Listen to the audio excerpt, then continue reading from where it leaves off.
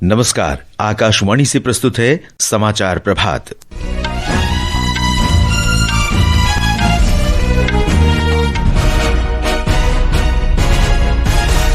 प्रधानमंत्री नरेंद्र मोदी आज गुजरात के दाहोद में लगभग 24,000 करोड़ रुपए लागत की कई विकास परियोजनाओं का शुभारंभ करेंगे। ऑपरेशन सिंदूर के बाद दुनिया के दौरे पर गए भारतीय शिष्टमंडल ने विश्व नेताओं से कहा, आतंकवाद से मुकाबले के लिए भारत का नया रुख, दोषियों को बख्शा नहीं जाएगा। भारत मालदीव उच्च स्तरीय कोर ग्रुप की दूसरी बैठक आज नई दिल्ली में। जम्मू कश्मीर से मुंबई के लिए पहली चेरी मालगाड़ी अगले महीने से शुरू होगी। मौसम विभाग ने आज कर्नाटक, केरल, तमिलनाडु और पुदुचेरी में तेज वर्षा का अनुमान व्यक्त किया। और विश्व चैंपियन डी गुकेश आज स्टावेयर में शुरू हो रहे नॉर्वे शतरंज टूर्नामेंट के पहले दौर में मैग्नस कार्लसन का सामना करेंगे। समाचार प्रभात के साथ मैं देवेंद्र त्रिपाठी। प्रधानमंत्री नरेंद्र मोदी आज गुजरात के 2 दिन के दौरे पर जा रहे हैं। वे राज्य में 82,000 करोड़ रुपए से अधिक की विकास परियोजनाओं का शुभारंभ करेंगे। प्रधानमंत्री दाहोद में लगभग 24,000 करोड़ रुपए की विकास परियोजनाओं का शिलान्यास और शुभारंभ करेंगे। दौरे के पहले दिन वे दाहोद लोकोमोटिव विनिर्माण संयंत्र का लोकार्पण करेंगे और विद्युत रेल इंजन को रवाना करेंगे। इसके अलावा श्री मोदी गुजरात सरकार के अन्य रेल और विकास परियोजनाओं का शुभारंभ भी करेंगे। इनमें वेरावल और अहमदाबाद के बीच वंदे भारत एक्सप्रेस और वलसाड़ और दाहोद स्टेशनों के बीच एक्सप्रेस रेलगाड़ी शामिल है।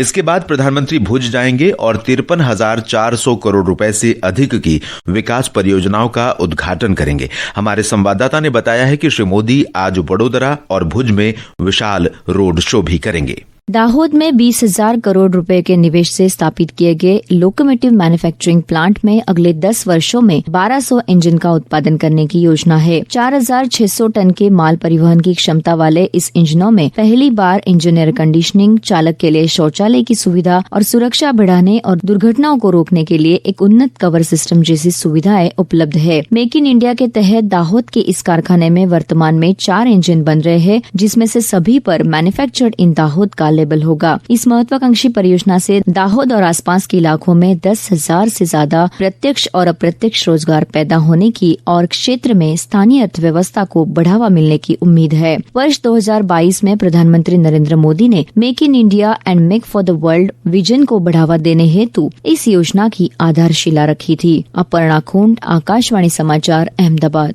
आकाशवाणी समाचार से बातचीत में पश्चिम रेलवे के मुख्य जनसंपर्क अधिकारी विनीत अभिषेक ने बताया कि लोकोमोटिव विनिर्माण संयंत्र न केवल भारत की रेल इंजन संबंधी जरूरतों को पूरा करेगा, बल्कि विभिन्न अफ्रीकी और यूरोपीय देशों में रेल इंजन के निर्यात से मेक फॉर वर्ल्ड पहल को भी बढ़ावा देगा। आने वाले 11 साल में 1200 से ज्यादा लोकोमोटिव को प्रोड्यूस करने का प्लान है। उनमें से कई लोकोमोटिव भारत के अंदर और कई लोकोमोटिव विदेशों में भी निर्यात किए जाएंगे। यहाँ पे 2 अलग अलग टाइप के लोकोमोटिव प्रोड्यूस करने का प्रावधान है। एक नॉर्मल गेज सिस्टम जो हम यहाँ पे इस्तेमाल करते हैं भारत में, और एक स्टैंडर्ड गेज सिस्टम जो कि कई देशों में इसका उस ट्रैक पे भी ट्रेनें चलती हैं। तो स्टैंडर्ड गेज वाले जो ट्रेन सिस्टम जिन भी देशों के पास है, जहाँ की मालगाड़ी चलती है, चाहे वो अफ्रीकन कंट्रीज हो, चाहे यूरोपियन कंट्रीज हो, चाहे हमारे पड़ोसी देश हैं एशिया में, उनमें भी इनका निर्यात किया जाएगा। दाहोद विनिर्माण संयंत्र में तैयार इंजनों से भारतीय रेलवे की माल ढुलाई क्षमता बढ़ेगी। केंद्रीय गृह मंत्री अमित शाह आज सुबह नागपुर के जामठा में राष्ट्रीय कैंसर संस्थान के स्वस्थ निवास की आधारशिला रखेंगे। वे आज दोपहर कामठी ब्लॉक के चिचोली में राष्ट्रीय फोरेंसिक विज्ञान विश्वविद्यालय के नागपुर कैंपस की भी आधारशिला रखेंगे। गृहमंत्री अमित शाह आज से महाराष्ट्र के 3 दिन के दौरे पर हैं। इस बीच राष्ट्रीय फोरेंसिक विज्ञान विश्वविद्यालय के संस्थापक कुलपति डॉक्टर जे.एम. व्यास ने बताया कि विश्वविद्यालय के इस नए कैंपस से कौशल संपन्न फोरेंसिक विशेषज्ञ तैयार होंगे। नागपुर कैंपस विश्वविद्यालय का 11वां और महाराष्ट्र में पहला कैंपस होगा। नागपुर के बाद श्री शाह आज नांदेड़ में विभिन्न कार्यक्रमों में शामिल होंगे। गृहमंत्री कल मुंबई जाएंगे और विभिन्न आयोजनों में भाग लेंगे।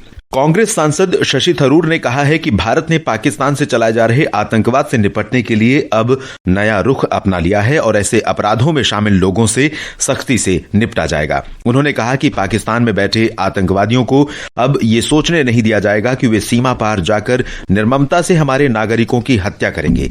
श्री थरूर ने कल न्यूयॉर्क में एक सामुदायिक आयोजन में कहा, इन अपराधियों को अब ऐसे अपराधों का मूल्य चुकाना होगा। श्री थरूर के नेतृत्व में सर्वदलीय शिष्टमंडल गयाना के उपराष्ट्रपति भरत जगदेव से भी मिला। श्री थरूर ने कहा कि गयाना के उपराष्ट्रपति ने पाकिस्तान के साथ मौजूदा हालात पर भारत की स्थिति को समझा और समर्थन व्यक्त किया। It was a phenomenal meeting. I actually called him Mr. President because he was president for 12 years before his current role of vice president. He showed a tremendous amount of understanding for our position on the current events with our neighbor. But equally, we had a much broader ranging conversation about Guyana's development and the scope for India to be part of this narrative. There's a tremendous expansion taking place. Guyana has discovered a lot of oil and gas, and with that, there's tremendous infrastructural changes happening. विदेश मंत्री doctor Subramaniam Jaishankar ने सर्वदलीय शिष्टमंडलों के प्रयासों की सराहना की है। मन की बात कार्यक्रम में कल प्रधानमंत्री नरेंद्र मोदी ने कहा था कि ऑपरेशन सिंदूर केवल एक सैन्य अभियान नहीं है, बल्कि ये बदलते भारत का स्वरूप भी है, जो देश के साहस और संकल्प तथा विश्व में उसकी बढ़ती ताकत को स्पष्ट करता है। ऑपरेशन सिंदूर के दौरान हमारी सेनाओं ने जो पराक्रम दिखाया है, उसने हर हिंदुस्तानी का सिर ऊंचा कर दिया। जिस सटीकता के साथ हमारी सेनाओं ने सीमा पार के आतंकवादी ठिकानों को ध्वस्त किया, वो अद्भुत है। ऑपरेशन सिंदूर ने दुनिया भर में आतंक के खिलाफ लड़ाई को नया विश्वास और उत्साह दिया। भारत के ऑपरेशन सिंदूर के दौरान पाकिस्तान के रणनीतिक रूप से महत्वपूर्ण नूर खान एयरबेस को पहले के आकलन से कहीं अधिक नुकसान हुआ है। रक्षा विश्लेषक डेमियन साइमन ने एक सोशल मीडिया पोस्ट में लिखा है कि पाकिस्तान के नूर खान एयरबेस के निरीक्षण से पता चलता है कि भारत के हमले से निकट का पूरा परिसर ध्वस्त हो गया था। आतंकवाद के खिलाफ ऑपरेशन सिंदूर की जबरदस्त सफलता के उत्साह के बीच समग्र राष्ट्र भारतीय जवानों के शौर्य और साहस को नमन कर रहा है। सशस्त्र बलों के प्रति सम्मान और कृतज्ञता के रूप में आकाशवाणी समाचार विशेष श्रृंखला प्रसारित कर रहा है। आज हम 1965 के भारत पाकिस्तान युद्ध में सर्वोच्च बलिदान देने वाले परमवीर चक्र विजेता कंपनी क्वार्टर मास्टर हवलदार अब्दुल हमीद का स्मरण कर रहे हैं। एक रिपोर्ट। 1933 में उत्तर प्रदेश के गाजीपुर में जन्मे कंपनी क्वार्टर मास्टर हवलदार अब्दुल हमीद दिसंबर 1954 में 4 ग्रेनेडियर्स में भर्ती हुए थे। 1965 के भारत पाक युद्ध के दौरान 4 ग्रेनेडियर्स ने खेमकरन भिखीविंड मार्ग पर चिमा गांव के पास एक महत्वपूर्ण स्थान पर कब्जा किया। इस स्थान पर कब्जा करना समग्र रक्षा रणनीति के लिए महत्वपूर्ण था। 8 सितंबर की रात पाकिस्तानी सेना ने ग्रेनेडियर्स के ठिकानों पर कई हमले किए, लेकिन इन हमलों में दुश्मन को खदेड़ दिया गया। 10 सितंबर की सुबह भीषण गोलाबारी के साथ साथ पाकिस्तानी पैटर्न टैंकों की एक रेजिमेंट ने बड़ा हमला किया। इस हमले से बटालियन के क्षेत्र को भारी नुकसान पहुंचा। उसी सुबह 9 बजे तक दुश्मन के टैंक अग्रिम ठिकानों पर पहुंच गए थे। इस महत्वपूर्ण क्षण में एक रिकॉइललेस गन की कमान संभाल रहे कंपनी क्वार्टर मास्टर हवलदार अब्दुल हमीद ने तेजी से कार्रवाई की। वह भारी गोलाबारी के बीच अपनी बंदूक को जीप पर चढ़ाकर एक तरफ गए और बड़ी ही सटीकता के साथ उन्होंने दुश्मन के मुख्य टैंक को नष्ट कर दिया और टैंक को नष्ट करने के लिए उन्होंने अपना स्थान बदला।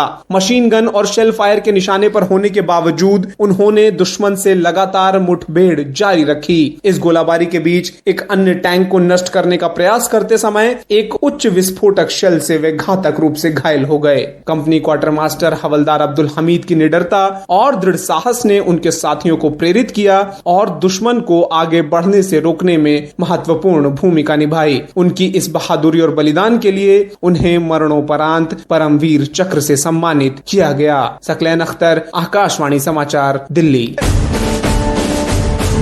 मालदीव के विदेश मंत्री डॉक्टर अब्दुल्ला खलील 3 दिन की भारत यात्रा पर कल नई दिल्ली पहुंचे। इस वर्ष डॉक्टर खलील की ये तीसरी भारत यात्रा है। इससे पहले जनवरी और मार्च महीने में उनका आगमन भारत में हुआ था।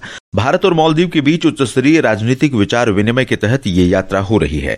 आज डॉक्टर खलील भारत मालदीव के बीच दूसरी उच्च स्तरीय कोर ग्रुप की बैठक में भाग लेंगे। बैठक के दौरान व्यापक आर्थिक और समुद्री सुरक्षा साझेदारी पर दोनों देशों के दृष्टिकोण प्रपत्र की कार्यान्वयन प्रगति की समीक्षा की जाएगी। जम्मू कश्मीर से पहली चेरी मालगाड़ी अगले महीने मुंबई के लिए रवाना होगी।